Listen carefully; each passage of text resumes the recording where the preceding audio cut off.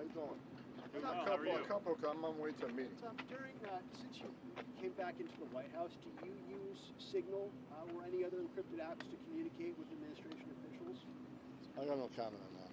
Sir, are you concerned that the English language social media posts pushing immigrants to use the CBP Home app aren't reaching a predominantly Spanish language speaking population? Working on that right now.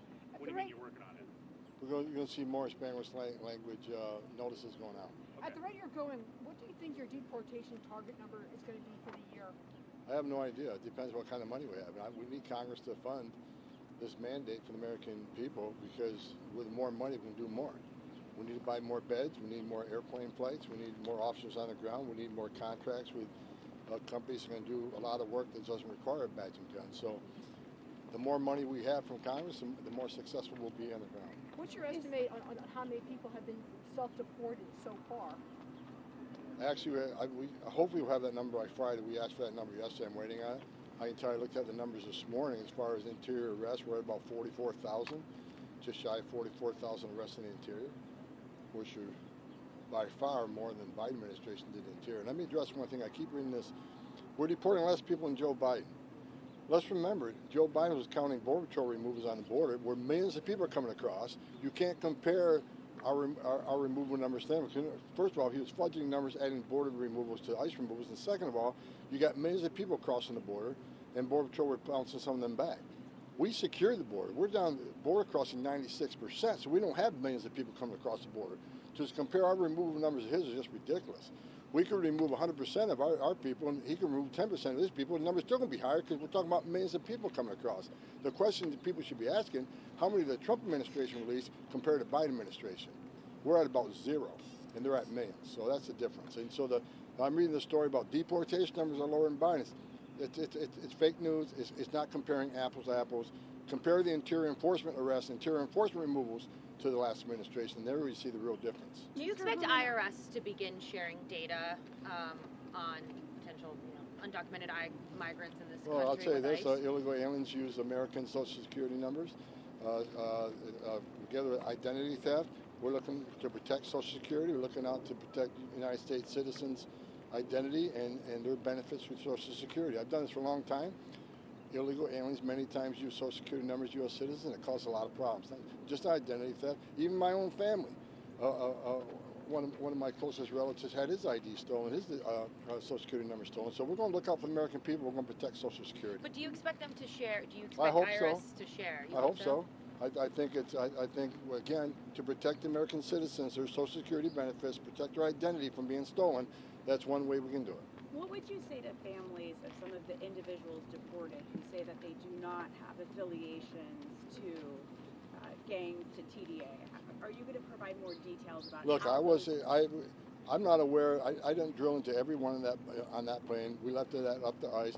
The highest officials at ICE have said that they are confident that every one of the Venezuelans on those planes remember TDA. And everybody's, how do you know?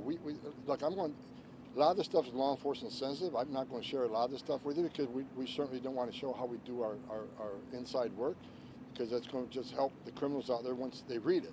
But I can tell you hundreds and hundreds of hours were spent on investigations, whether it's looking at their criminal history, whether it's looking at immigration history, whether looking at undercover videos, whether it's talking to informants, whether it's talking to other members of the gang who gave sworn statements. There's a lot of ways that this was done. A lot of time was spent doing this. Again, and I got assurances from the highest levels of ICE that this was done right, and everybody in that plane, Venezuelans, were TDAs. And I got to remember, first of all, let's remember one thing. First of all, everyone on that plane was an illegal alien in the country illegally. Number two, many in that plane were removed with Title VIII. They already had to remove it from an immigration judge. And again, we're talking about terrorists. TDA and MS-13 was on the plane. They've been designated terrorist organizations. These are not good people. So I trust the men and women at ICE that they did the right thing, and I stand by it. How much focus right now is the administration putting on those who have committed crimes versus those who have not committed crimes, who are immigrants in the United States? I didn't hear that question. How much focus is the administration putting on those who have committed crimes versus those who have not committed crimes? Well, the prioritization is those who are public safety threats and national security threats. And let me share it with you, because we just did an operation in Boston, 370 apprehensions, Most of them were criminals, but many were collaterals. Majority of criminals. How come the collaterals? I've said this 1,000 times. Sanctuary cities are going to get exactly what they don't want. More agents in the community and more collateral arrests. Why? Because if we can't get access to the bad guy in the county jail, if they're going to choose to release him in the public, which is just, releasing a public safety threat in the public is just, it's just dumb to begin with, because it puts the public safety at risk, right? But when you release that public safety threat back in the public, that means we got to go find him. When we find him, most likely he's with others. And if they're in the country illegally, they're coming too, because we're not going to tell ICE to ignore the oath that you took to enforce immigration law and walk away from illegal alien like the last administration does. So if you want to force us in the communities, fine, we'll go. But collateral arrests will increase because we're going to run into illegal aliens while we're in the course of looking for those targets. So again, you want to decrease the collateral arrests, you want to decrease the non-criminals, and let us in the damn jail. You said many are collateral. Can you put a number to that, a percentage? I don't have the number. I can tell you the majority were criminals, like criminal histories. And we got to remember, we arrested, I think there were 4 people, convictions for murder, homicide. We arrested child sex predators. We arrested drug traffickers and gun traffickers. We seized guns. We seized drugs. That's the great thing about President Trump, this all the government approach.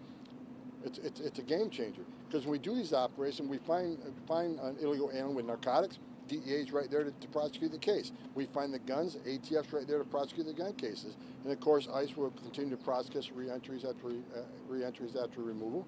So we get a lot of prosecutions out of these operations. Again, the reason why we're focused on sanctuary cities is because they're the most dangerous places, because they release public safety threats back into the public. We're a cooperating jurisdiction. We don't have that much of a concern or that big a target of criminal aliens walking the streets. President Trump has made a commitment to American people. We're going to decrease illegal alien crime in the city. We're going to concentrate on public safety threats and national security threats. The data proves what we're doing. We're going to keep President Trump's promise to American people. He was given the mandate to do this. Number 1 issue, secure the border and deal with the illegal alien crime in this country, and that's exactly what we're doing. What's your reaction?